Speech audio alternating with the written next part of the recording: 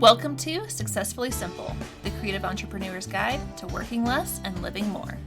I'm your host, Erin Flynn, and I've been running my creative business since 2012, and now I'm sharing everything I can to help you along your journey. On this podcast, we'll be diving into ways that you can find the support that you need, simplify your business so that you can work less while still hitting your goals, create a signature service with consistent income, systematize your business so that it runs smoothly, and sell without feeling sleazy. Let's dive into today's episode. Hey everyone, welcome back to the show. Erin here, and today I have Alicia Robertson joining us.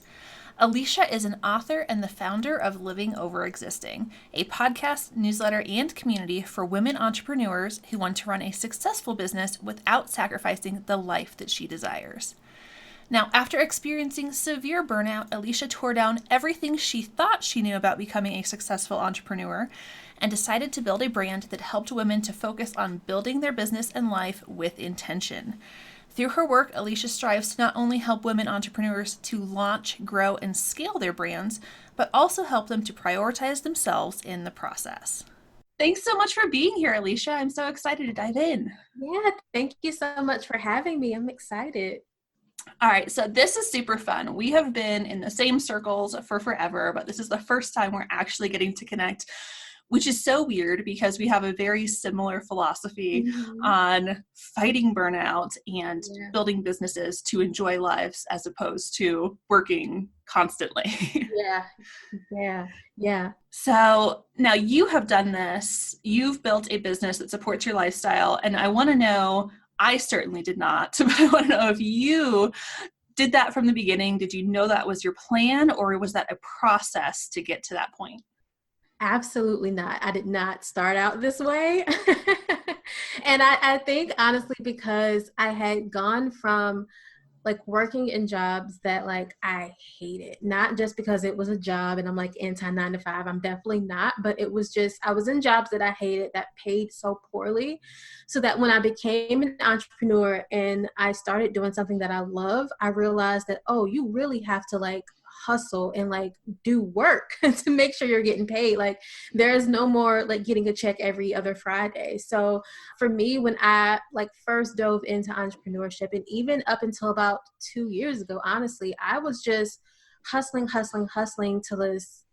make the money, continue to make ends meet, because I was so afraid of going back to where I was.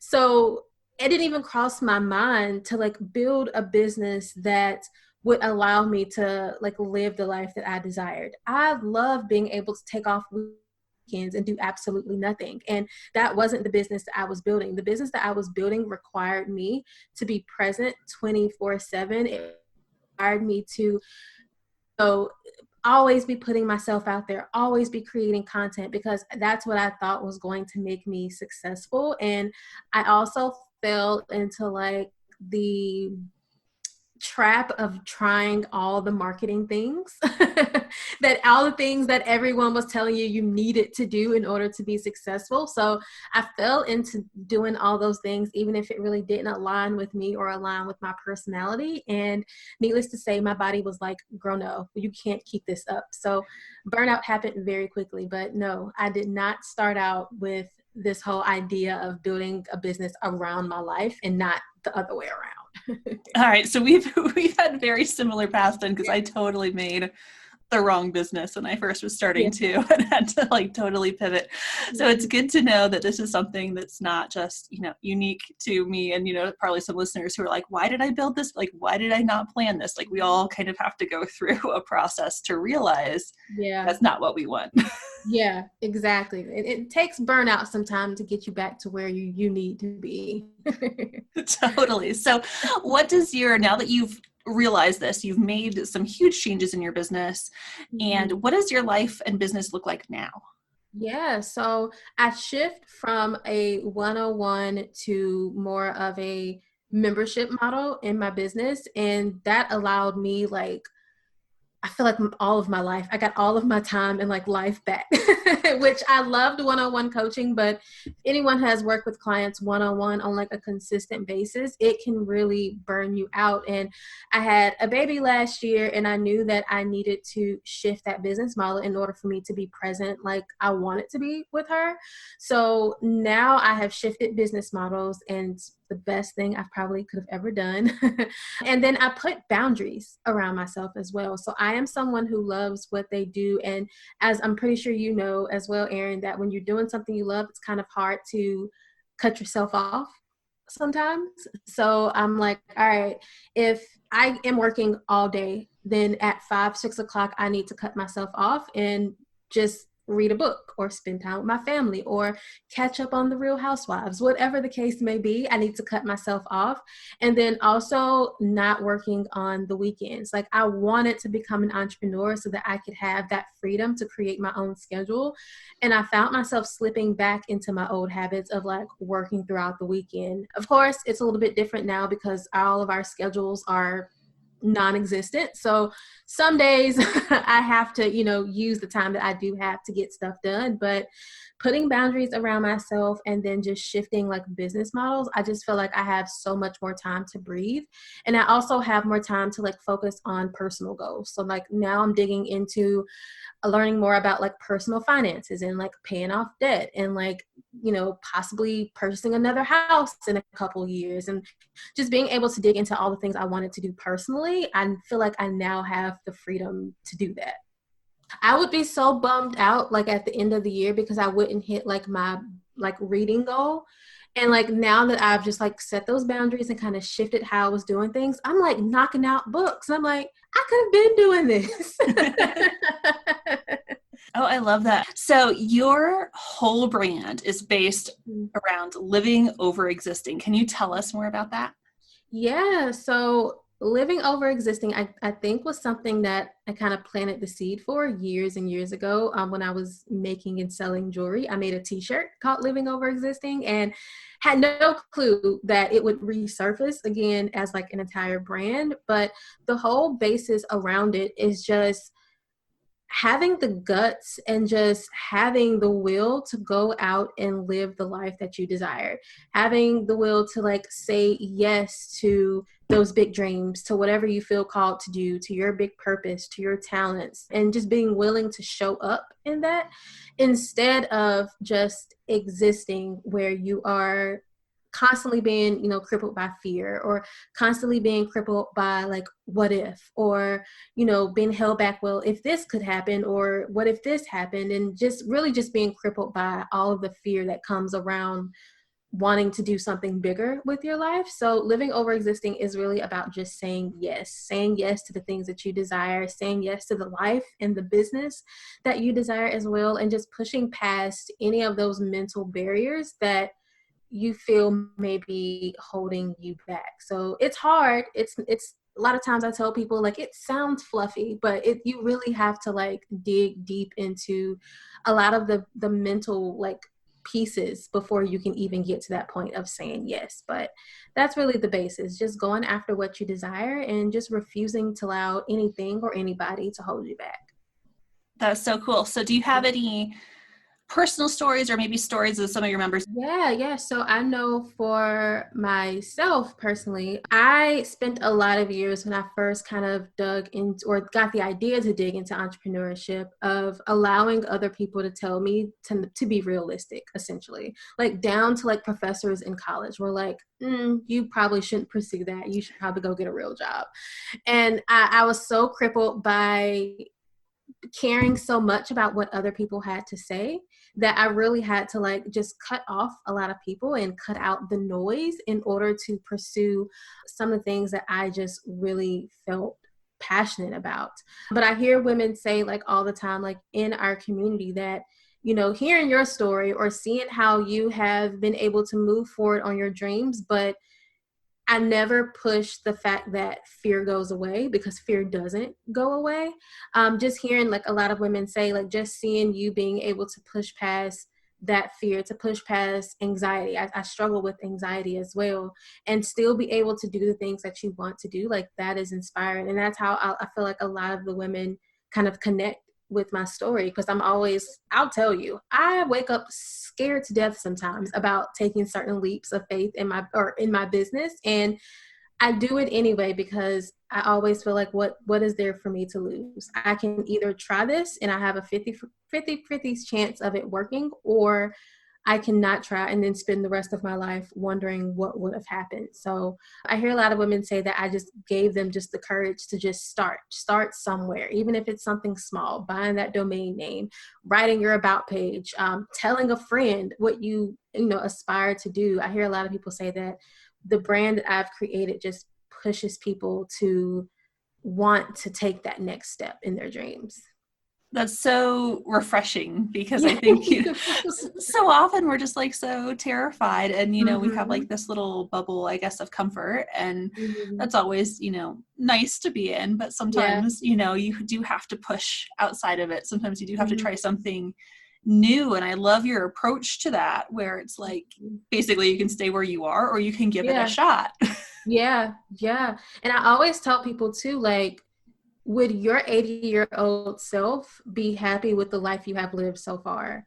Like, I don't want old me to be disappointed in what I could have, be 80 years old, like on my porch in my rocking chair saying, girl, you had a great life. Like, even the hard times, like you really went out and did everything that you said you wanted to do. Like, that's where I want to be in my older age. So I always just kind of reframe it like that. Like, are you going to disappoint your 80-year-old self? Like, I wouldn't want to do that. So you might as well just go for it.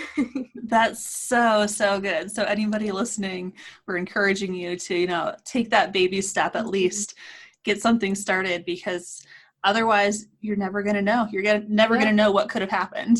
Yeah. And I think too, a lot of people are afraid of like what could be, like the possibility of what could be. So I've really been working on trying to reframe my mind to think what's the best that could happen instead of what's the worst that can happen. And again, I said I struggled with like anxiety. So like, if you've ever experienced anxiety before, that is hard.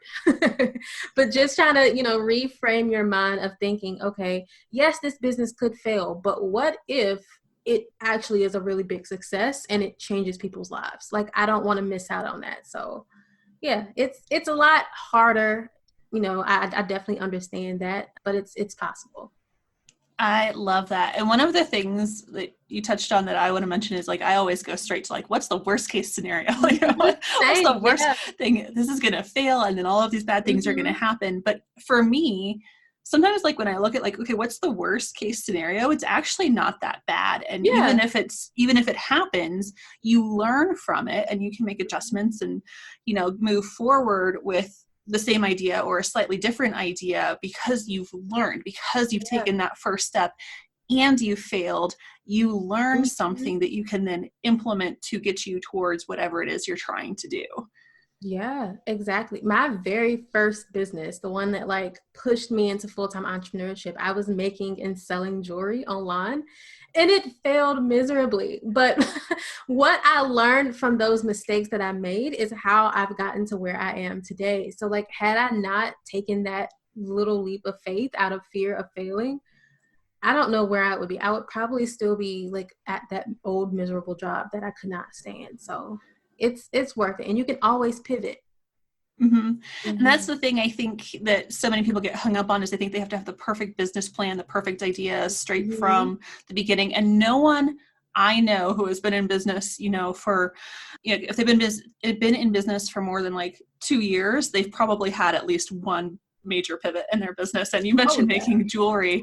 I used to do like little drawings and stuff, like, did I make money from that? Maybe a couple $100s, nothing that I was ever going to make profitable ever in my life. Right. But, it's like that's how I made my first business plan. Like, that was like kind of the beginning. I was in a terrible job. I learned how to put together a business plan and figure things out. Did not work at all, period. Right. But I learned so much from that I was then able to put into web design, which became a successful business for me. Mm-hmm. So, it's those little tiny steps, those failures that we learn from, we grow from, and then we're able to actually turn into success later down the road if we're willing to keep going. Yeah. I saw a post the other day that said you have to be willing to suck at first. It's like you have to be willing to like be a beginner. I feel like so many people don't want to be a beginner, but I'm like, that's where you get the foundation. Like that's where you really learn and like get into entrepreneurship is the beginning stage. Just like all of this now isn't that fun. Oh, it's so true. And I think we see so many like quote unquote overnight success stories, but in reality, those people did something before. They did not start from square one and just magically have, a 6-figure business in their first week. That's not how it works. That might be the first time you've heard of them. Yeah. Y'all probably don't know about my art stuff that I buried on the internet, right? That I did years ago.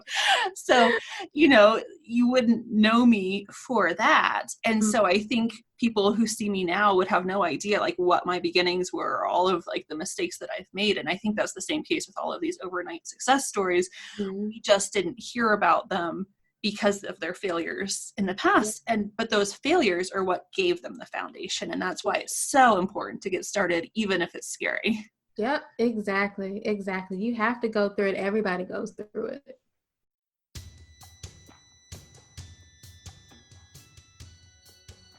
Hey there, really quick before we get back to the episode, if you want to create your own Successfully Simple business, you need to join my premium program. The Successfully Simple Shortcut is an intentionally small group program and community of service-based creative entrepreneurs who want to work less and live more. Inside the shortcut, you'll learn exactly how to implement the 5 pillars that are crucial to your success: support, simplify, sell, signature, and systematize.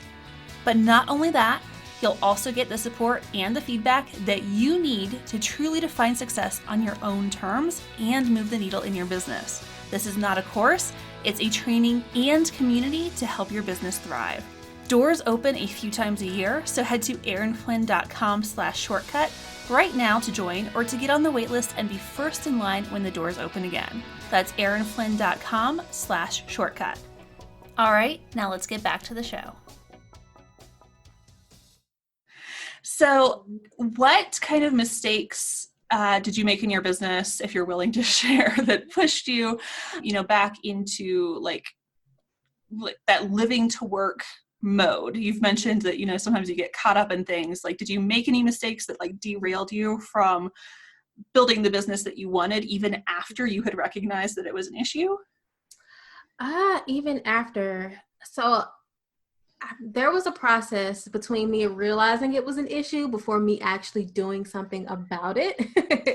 I know for sure in that period of time, I was doing like a lot of like marketing type of techniques that like made me feel kind of icky inside. Like I am not a super pushy type of salesperson. I'm more of like a storyteller. Like I'll share with you my experience and I'll share with you why what I have to offer will help you in your life. And I was following a lot of these like webinars where it was like, you sell during the entire time. And I just felt like a horrible person. But I did it because that's what I was told would make me successful. And even though I knew that I was like on the brink of burnout, that I was not building a business that I actually enjoyed running, I still kept doing it because I couldn't see any other option at that time. I was also taking on clients that didn't necessarily align with where I wanted to go, like with working with people, like the type of clients I was working with. So it really took me kind of finding that courage to start saying no, which felt really weird because who says no to money? So yeah, it was a lot of that, just kind of going back and forth with myself. Like, yes, this doesn't make me feel well, but it also makes me money. So how do I say no to that? How do I balance that? Or how do I shift between those like two like perspectives? So I kept kind of going back and forth into that. Like one day I'd say no, and then the next day I'd be like, you know what, I do have space to work with you. So those was one of like the mistakes that I can remember that I made, and I wish I would have just stood firm earlier in what I believed in. I probably would have gotten out of that a lot quicker than I did. But again, you learn from your mistakes. Totally. I have had Mm-hmm. the exact same issue with the Yeah. one-on-one clients and the shifting, and it's just, it's Mm-hmm. so hard to do. So that leads very well into the next question, which is probably, this is one of the mistakes since we've both done it, but what other mistakes do people make when they're creating their businesses or trying to recreate their businesses that end up getting them tied to doing that work nonstop? And how can they fix these kinds of mistakes? I definitely think you should start out, and even if you're like revamping or rebranding, start out with getting really, really clear on your why. What, and not just because I want to make money or because I want to be Instagram popular. Like dig deeper than that. Like, why are you doing the thing that you do? Do you want to, I don't know, make enough money so that you can send your kids to college without them having to worry about loans? Or are you wanting to build this business because you are really passionate about helping the youth or helping the homeless, or whatever your why is? Like really digging into that. I highly suggest just sitting down and thinking about that first. And then also thinking about the life that you want to live. If, spending a good chunk of your time with your family is very, very important to you, then you should be building a business that will still allow you to have that time with them. If you know that traveling is very important to you and you want to be gone for half the year, then you need to be building a business that will fit that type of lifestyle. I think a lot of people come up with the business idea and the business structure and how they want to monetize, and then they try to fit that around, all of a sudden I want to do these things in my personal life, and it doesn't start that way. You have to start with what you want, your why you're doing this, and then also thinking about the life that you want to live. And of course things change. When I first started my business, I had no clue when I would have a kid, so of course I had to like pivot. But you should definitely be starting out with just like a pretty good idea of where you at least want to be within the next year, or how you want your life to look within the next year, and start building your business around that. Had I had known that I would be just burnt out with working one-on-one clients, I would have started a membership community a long time ago. But, I really wasn't thinking at the time that I would, enjoy having weekends off. And I enjoy being able to just sit on the couch and do nothing some days. Not saying that, every day is like that, but I wish I would have thought about the life that I wanted to live prior to building the brand. And I think that's the mistake that a lot of people make, is that they try to fit this big business that they've built, and they're trying to fit that into their life. And your life will always take a back seat if you start that way. Oh, that is so true. I am with you 100%. I've had the same exact issues where I've done the one-on-one work. I've, built the same kind of structure in my business, then gone, wait a second, I thought I was building a business for freedom, and I am actually more tied to my work than I have ever been in my life, even working for other people. Yeah. And I had to completely scrap everything and kind of start the structure over based on what I wanted, instead of just the business model. And so, so important, so important. Yeah. And it's not to say that one-on-one work is bad. If it fits your lifestyle, if you really thrive. At one point I really thrived off of working one-on-one with clients, but as I grew up, quote unquote, it didn't fit, the life that I wanted to live. But if that works for you, if that's how you get your energy, if that's how you feel like you can best serve your clients and live your life that you want, then go for it. It just so happens that I had to make a shift. Exactly. I'm the same way. And yeah, there was a time where I loved it, where, I'd see an email from a client on a Saturday morning and I'd be excited. Yeah. And I just am not at that point in my life anymore. I'm about to have a kid. I'm like, I can't do that. Right. So I have to have some free time for family things. And I have, my focus is shifted. And I think that's totally fine, to have your business shift. Like we've talked about, we've both pivoted multiple times. Yeah. But yeah, if you love the one-on-one stuff, go for it, like 100%. Yep. If you are realizing that's not working for you right now, it is okay to start making steps and finding what does work for you. So in any case, no matter where you are in your business, I think sitting down and like reviewing what you want, like your why and the kind of lifestyle that you want, at least once a year, totally a great way to like make sure that you're still on track and that you're not going to get burned out by your business, no matter what the business model is. Exactly. Yep. Awesome. So we are coming up on time, but where can we find and follow you online? Yeah, so you can follow Living Over Existing. It's at Living Over Existing on Instagram. You can also check out livingoverexisting.com. And if you want to hang out with me personally, I'm at the Alicia Nicole on both Instagram and Twitter. I try to leave like the businessy stuff for the Living Over Existing accounts, but if you want to see a cute kid in my day-to-day life, which is not that fun, but you can find me definitely like on Instagram at the Alicia Nicole. Awesome. I'll make sure all of those links are in the show notes. Thank you so much for joining us, Alicia. Thank you so much for having me. All right, everyone, I will see you in the next episode. Thanks so much for tuning in. Any links mentioned in this episode will be included in the show notes. If you enjoyed this episode, please subscribe on whatever platform you like to listen to podcasts on. And if you really enjoyed the show, please take 2 minutes to leave me a review so that others can find the show and create their own successfully simple business. Thank you, and I'll see you in the next episode.